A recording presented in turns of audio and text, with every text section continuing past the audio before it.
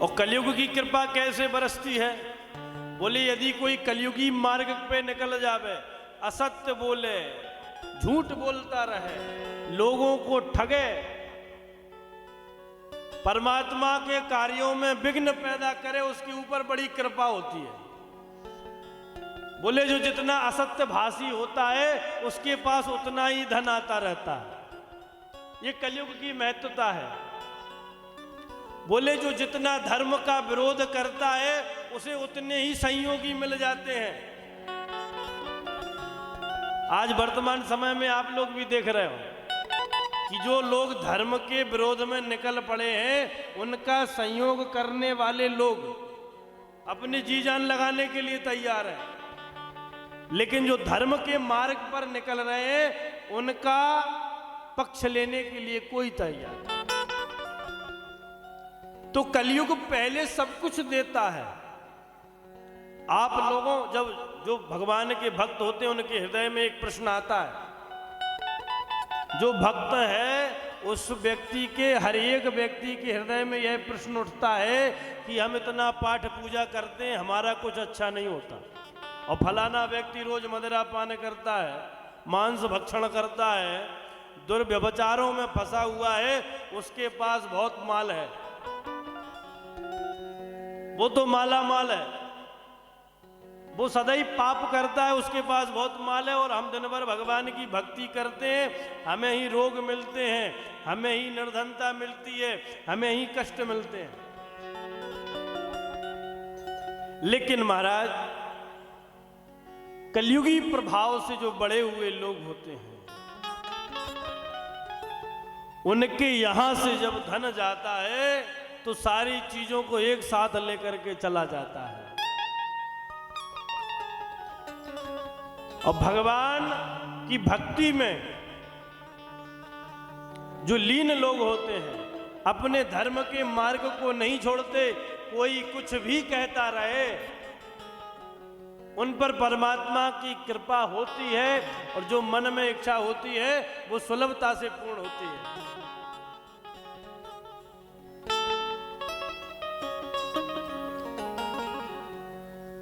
इसका एक बहुत छोटा सा उदाहरण है। हमारे यहां से 200 किलोमीटर दूर एक गुना है। गुना जिले में एक भार्गव परिवार है। आज उनके जो भार्गव जी, उनका नाम है नर्मदा शंकर जी। उनके बाबा जी ने भागवत जी का प्रतिदिन पारायण किया। ऐसा बताते हैं कि उनके पास कुछ भी नहीं था, खाने को, पीने को, रहने को बहुत ज्यादा तंगी थी, लेकिन इतने निष्ठावान व्यक्ति थे कि रोज प्रतिदिन त्रिकाल संध्या करते थे और भागवत जी के अध्यायों का रोज प्रतिदिन नियम पूर्वक पाठ करते थे। किसी के यहाँ कोई पूजा नहीं कराई, किसी के यहाँ कोई कर्मकांड नहीं कराया। लोग बाग उन्हें देखते थे और उनकी पोथी पर 10, 20, 5 जो बताते हैं कि उस समय तो इतना नहीं था, 1 आना 2 आना चढ़ा जाते थे लोग, उसी से अपना पालन पोषण करते थे। उनके पास कोई जमीन भी नहीं थी। तो गुना के बाहर बहुत दूरी पर, उस समय का जंगल समझ लो, वहां पर उन्होंने अपने जीवन पोषण के लिए कुछ जमीन को खरीदा। उस समय सस्ते दामों में उन्हें मिल गई होगी। तो आज हम जब उस परिवार में जाते हैं तो उसकी वैभवता को देख करके ये होता है कि परमात्मा जब देता है तो कभी गिनता नहीं है। तो आज उनके जो प्रपौत्र हैं जिनके बारे में मैंने बताया, आज उनके पास वो जमीन जो उनके दादाजी ने 1-1, 2-2 आने जोड़ करके और ऐसे ही जंगल में खरीदी थी, आज जहां से हाईवे निकला है तो 400 बीघा जमीन एकत्रित है मात्र 2 पीढ़ी के अंदर। ये उदाहरण है। और समाज में अच्छी प्रतिष्ठा है। तो ये कहां से हुआ? भगवान की भक्ति से। आपने लोगों को नष्ट होते हुए तो देखा होगा, लेकिन बनते हुए नहीं देखा होगा। बने हुए लोग नष्ट होने के 100 उदाहरण हैं, लेकिन जो कुछ भी नहीं है उनके बनने के 1 और 2 उदाहरण मिलते हैं। तो वेद वेदांतों में बड़ी निष्ठा रखनी चाहिए। तो जो भार्गव परिवार है उनके अंदर इतनी निष्ठा है कि पूरे परिवार ने कई बार तो नर्मदा जी की परिक्रमा को पैदल ही पूर्ण किया है।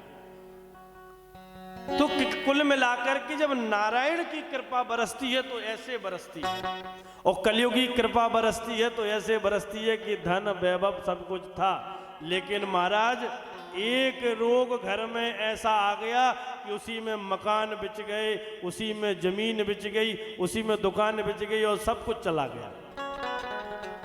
तो कभी हमें अपने बल का, अपने धन का अभिमान नहीं करना चाहिए,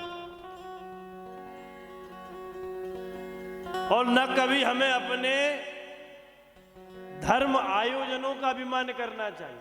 कई लोग महाराज इसका भी अभिमान करने लगते हैं कि हम तो इतना भजन करते हैं, दिन भर भजन करता हूं महाराज। कई लोग इसकी व्याख्या दर्शाते हैं कि हम बड़े पाठ पूजा वाले व्यक्ति हैं। आज हमने इतना भजन किया, आज हमने इतना भजन किया।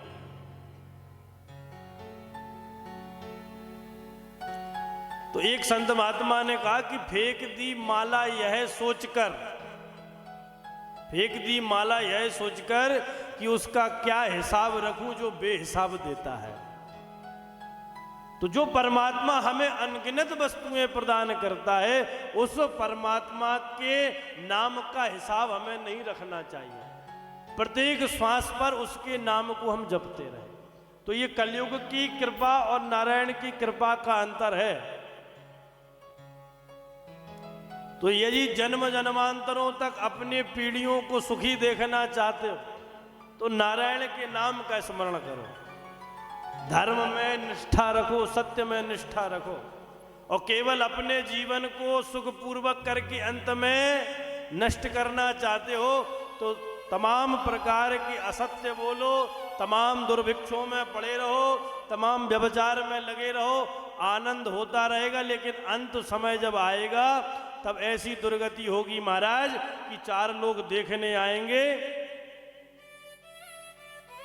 अब इसके आगे क्या कहें, आप सब लोग जानते हैं। तो ये कलयुग का प्रभाव है।